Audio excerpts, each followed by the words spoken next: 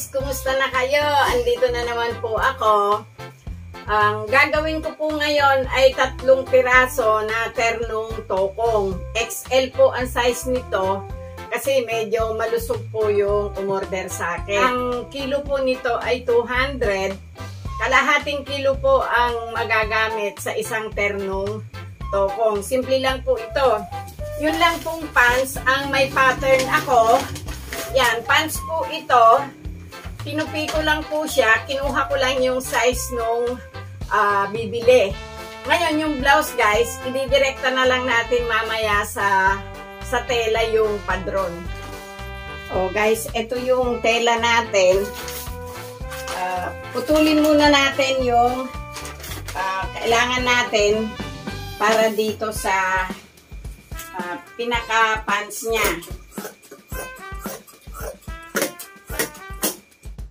Oh guys, ito yung blouse natin. Ang pinaka-body nito kasi ay 44. Pero dito guys, yan, dito 12 na yung kukunin natin para may allowance siya. Mabuti na po yung malaki kaysa maliit. Ang shoulder na kukunin natin guys ay 16. Ayun, guguhitan ko po siya ng 16 doon. Ngayon, ang sleeve natin ay 20. Baba po tayo dito ng 20. Ng 10. O yun guys. Ngayon, ito, baba kayo dito ng 1 inch. O. Tapos guys, ito na yung body natin. 12. Yan, dun tayo guguhit. O, ito na yung 10 natin guys. Yun. Hanggang dun lang tayo. Ngayon dito, papasok na lang po tayo doon. Ganito lang po ito guys. Mula dito, bumaba kayo doon ng 1 inch. O, ayun na po tayo. Dito po, bumaba rin kayo dito ng yun. Doon na po tayo pumatak sa yung 10 dito. Ito na yung body natin. Dumiretso na po kayo dito sa ibabang ito. Kasi spandex naman po ito. Oh, yan siya guys. Ngayon dito, ang gawin natin, gupitin nyo na po siya medyo paakyat doon. Ayun guys, oh. Umakyat tayo doon. Galing po tayo dito. Ngayon, ito, yung liig nito guys, kumuha muna tayo ng 3 inches. Ayun. 3 inches. Tapos, bumaba kayo ng 2 inches. Ito guys. Ito yung back ito. Ngayon, nakuha nyo na yung back. Ganito lang po ito. Tanggalin po natin itong kabiyak na yung back. Ito na ngayon yung pinaka-front natin. Ngayon guys, yung front, mula dito, dagdagan nyo ng ito, 2 inches dito sa ibaba. Tapos, i-connect nyo po doon. O, ito po yung front at ito po yung back. Tapos, idikit nyo po siya doon. O, ito po yung sleeve natin. Ngayon guys, pagka spandex, kasi dapat 10. Ngayon, dito na lang po tayo sa 8. Magbabawas po kayo ng 2 inches sa sleeve pagka po spandex ang inyong tatabasin. Ngayon guys, yung 8, maglagay kayo dito ng tandaan na 4 inches. Ayun o. Dito po sa 4 inches. Mula doon sa 8, ito guys, bumaba kayo dito. O kaya itodo nyo na doon, bumaba kayo doon. O ito guys, hindi na ako magtatanda dito. Ayun. Hanggang dun lang kayo. Oh. Tapos, kumuha kayo ng ang haba ng sleeve natin ay 10. Oh.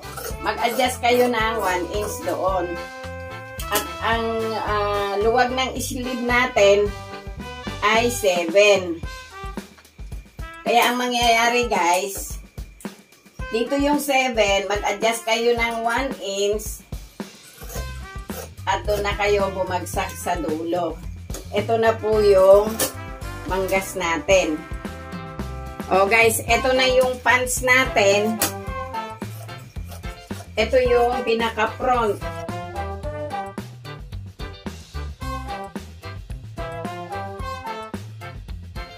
Ito guys, ganito lang kasimple yung pattern natin.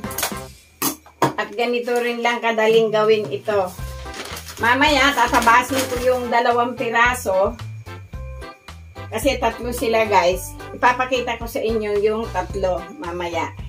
Unahin na natin yung pinaka-pants niya. Ayan o, in-overlock ko na yung 2 crotch magkabila. Papasadahan na lang natin siya ng straight.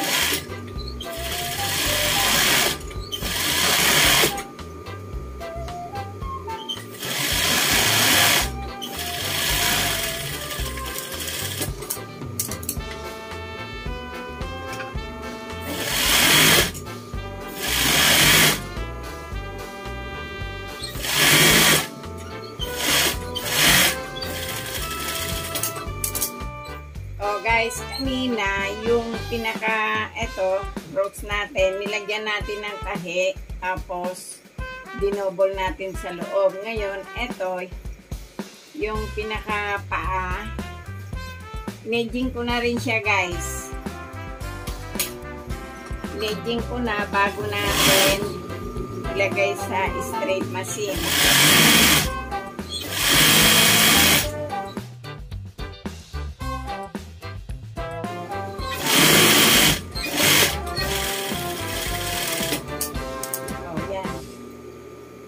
Baliktarin natin. O guys, pinaliktad ko na.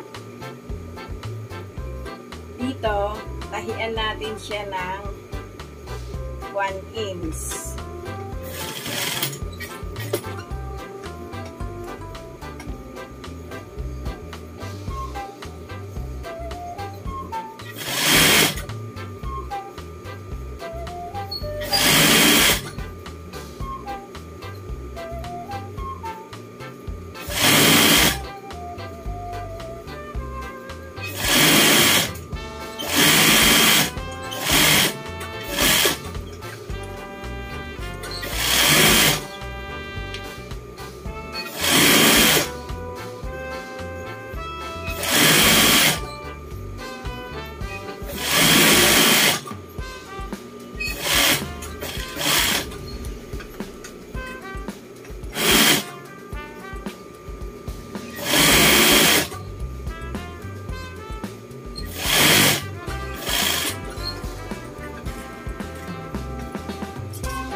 O yan guys, garteran na natin yung bewang.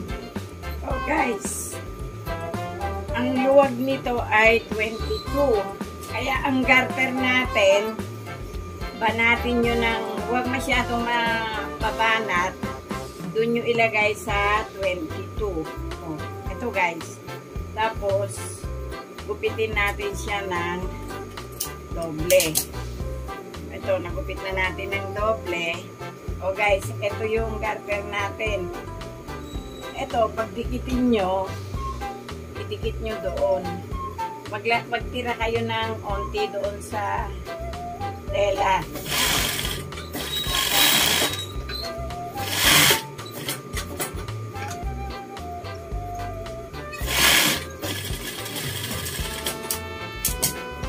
Kunin nyo yung gitna. Punta naman kayo dito sa kabila.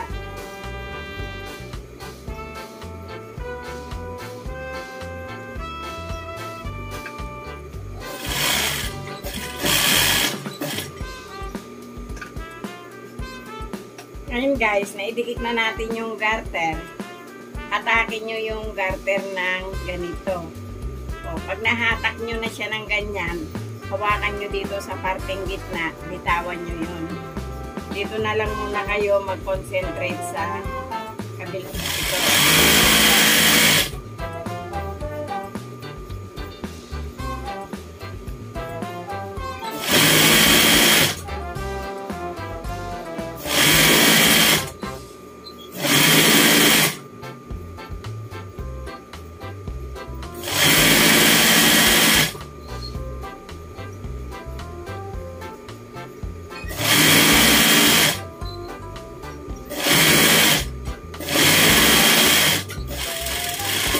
Edgingin ko lang guys.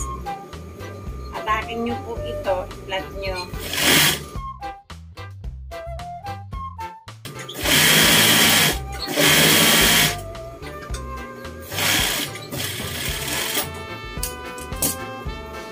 O yan guys.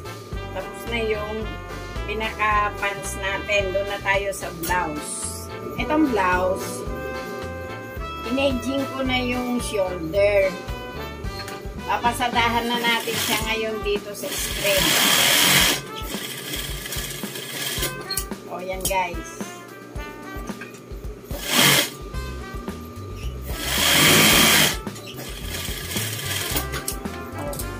Ngayon, kunin nyo yung neck.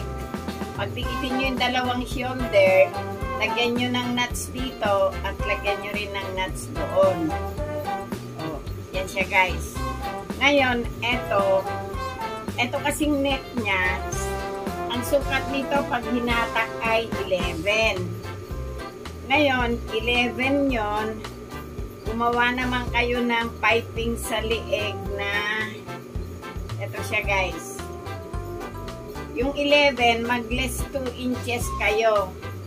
Kaya dito tayo sa 9 and 1/4. Kasi yung 1/4, yun yung pagtatahian natin ito.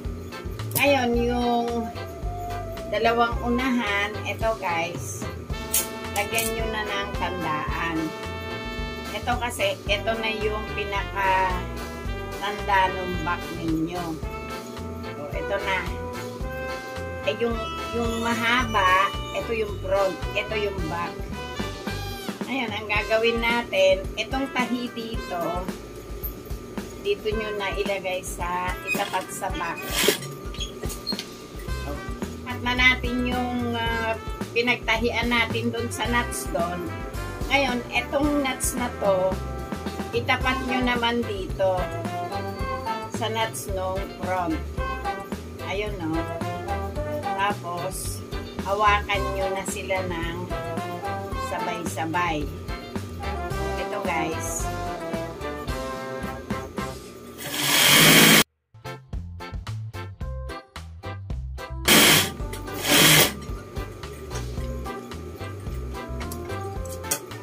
So, yun. I-overlock natin mamaya yun, guys. Ngayon, yung manggas, eto, in-overlock ko na yung laylayan ng manggas. Idadaan na din lang po natin dito si straight.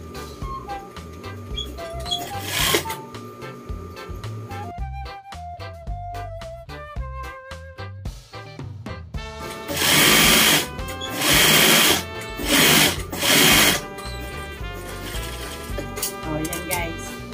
Ngayon, kunin nyo doon. Ito.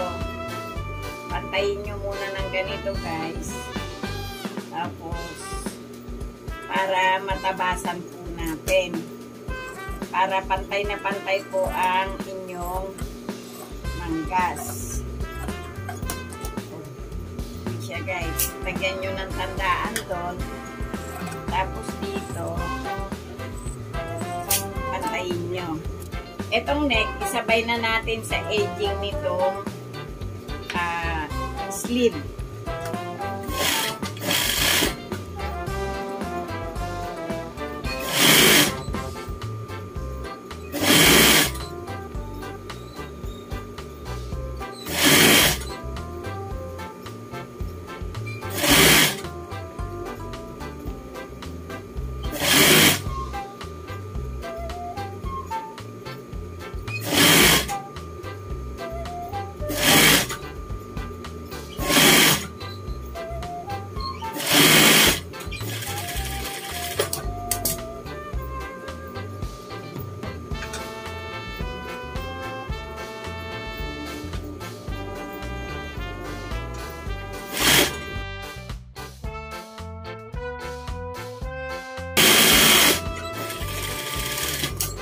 guys, naikapit na natin yung dalawang manggas. I-overlock na muna natin. Yung manggas na i-overlock na natin. Tapos yung neck, ito na. Ngayon, na i-overlock natin yung neck. Idadapa ko muna siya guys.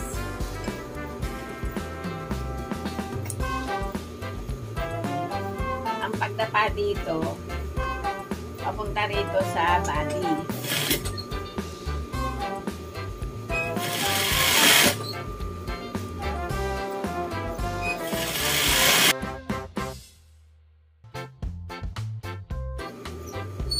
Ito siya guys, Dito po tayo sa front maglalagay ng packet. Ito lang siya guys, Ito, tumaas lang kayo dito ng 1 inch para hindi tamaan mamaya ng tupi.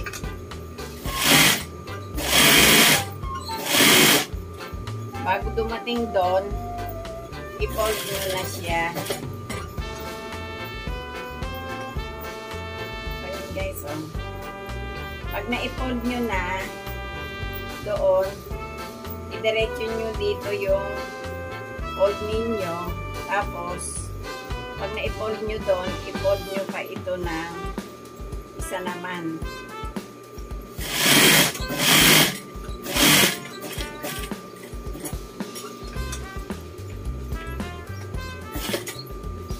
Ayan siya guys,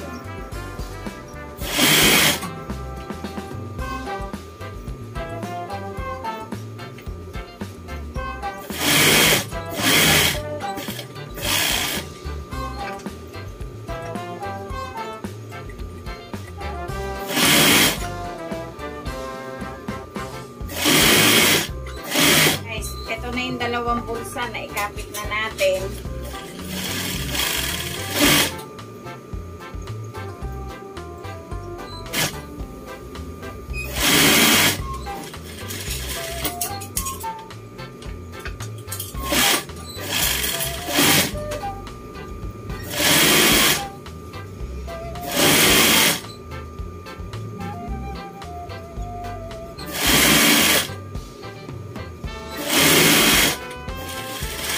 O guys, natugtong na yung dalawang tagiliran, ipa-5 thread na natin. Side close ko na yung dalawang kilikili. Yan. Dito na tayo sa laylayan. Tutupian ko na siya guys.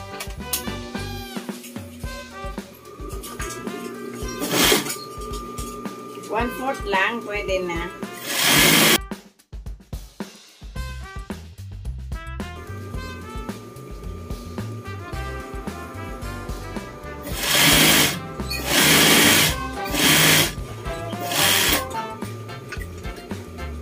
O yan, tapos na guys. Ipagsusukat na natin yung tatlo sa manikin. O guys, yan yung isa sa tinahi nating ternong tokong. Yan, ilalapit ko kayo. Pakita ko yung bulsa.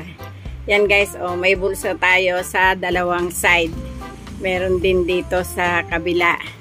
O yan, susukat natin ulit yung dalawang piraso pa. O guys, yan na yung pangalawa sa tokong na tinahi natin. Meron pang isa. O guys, yan na yung pangatlo sa tinahi nating ternong tokong.